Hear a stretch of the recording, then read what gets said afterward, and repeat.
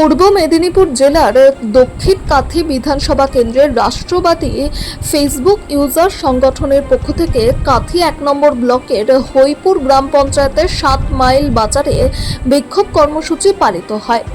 অভিযোগ, ছাত্রছাত্রীদের উদ্দেশ্যে রাষ্ট্রনায়ক তথা প্রধানমন্ত্রী নরেন্দ্র মোদীর ফেসবুকে পোস্ট করা ভিডিও ডিলিট করে দেওয়া হয়েছে।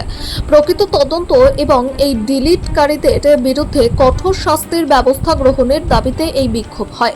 উপস্থিত ছিলেন দিব্যেন্দু মাইতি, শুভদীপ জানা, মিলন কান্তি পণ্ডা এবং রাষ্ট্রবাদী ফেসবুক ইউজাররা। এই ঘটনার প্রকৃত তদন্ত এবং দোষী ব্যক্তিদের শাস্তি না হলে সংগঠনের পক্ষ থেকে বৃহত্তর আন্দোলনে নামার হুঁশিয়ারি দেওয়া হয়।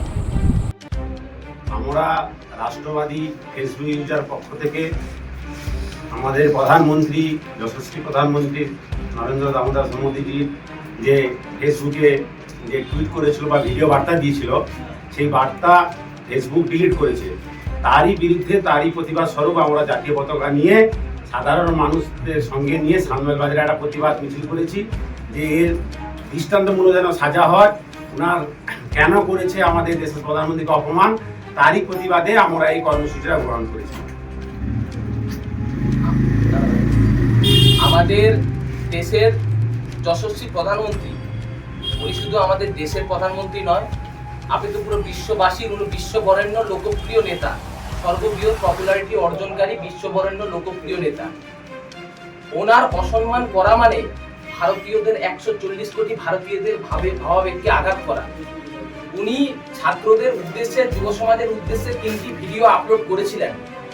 ওই ভিডিও পরবর্তীকালে কোনো দেশ বিরোধী শক্তির দ্বারা, কোনো জিহাদি শক্তির দ্বারা, কোনো অপশক্তির দ্বারা ওই ভিডিওগুলোকে টেক ডাউন করায়, অর্থাৎ ফেসবুক বা মেটা কোম্পানি নিজে থেকেই ওই ভিডিওটি ডিলিট করায়। প্রথম কথা আমরা বলতে চাই, আপনারা ফেসবুক, সোশ্যাল মিডিয়া যে কোনো পেজ থেকে নরেন্দ্র মোদীজির ভিডিও যতই ডিলিট করুন না কেন, গোটা বিশ্ববাসীর হৃদয়ে যে ছাপ কেটে গেছে আমাদের দেশের যশস্বী প্রধানমন্ত্রী নরেন্দ্র দামোদর দাস মোদী, আপনি কোনো দিন ওইটা সরাতে পারবেন না। তাই আজকে আমরা দক্ষিণ কাথি বিধানসভার অন্তর্গত আমাদের ৭ মাইল অর্থাৎ হইপুর ১ নম্বর অঞ্চলের ৭ মাইলের আমরা স্ট্যান্ডে আমরা প্রতিবাদ জানিয়েছি। এবং ভবিষ্যতে যদি এরকম কিছু ঘটনা হয়, এইখান থেকে আন্দোলন শুরু করে গোটা সারা এর আওয়াজ পড়বে। নরেন্দ্র মোদীজির আওয়াজকে এইভাবে আটকানো যায় না, কারণ ওনার আওয়াজ একার নয়, ১৪০ কোটি জনগণের আওয়াজ। বন্দে মাতরম, ভারত মাতা কি জয়।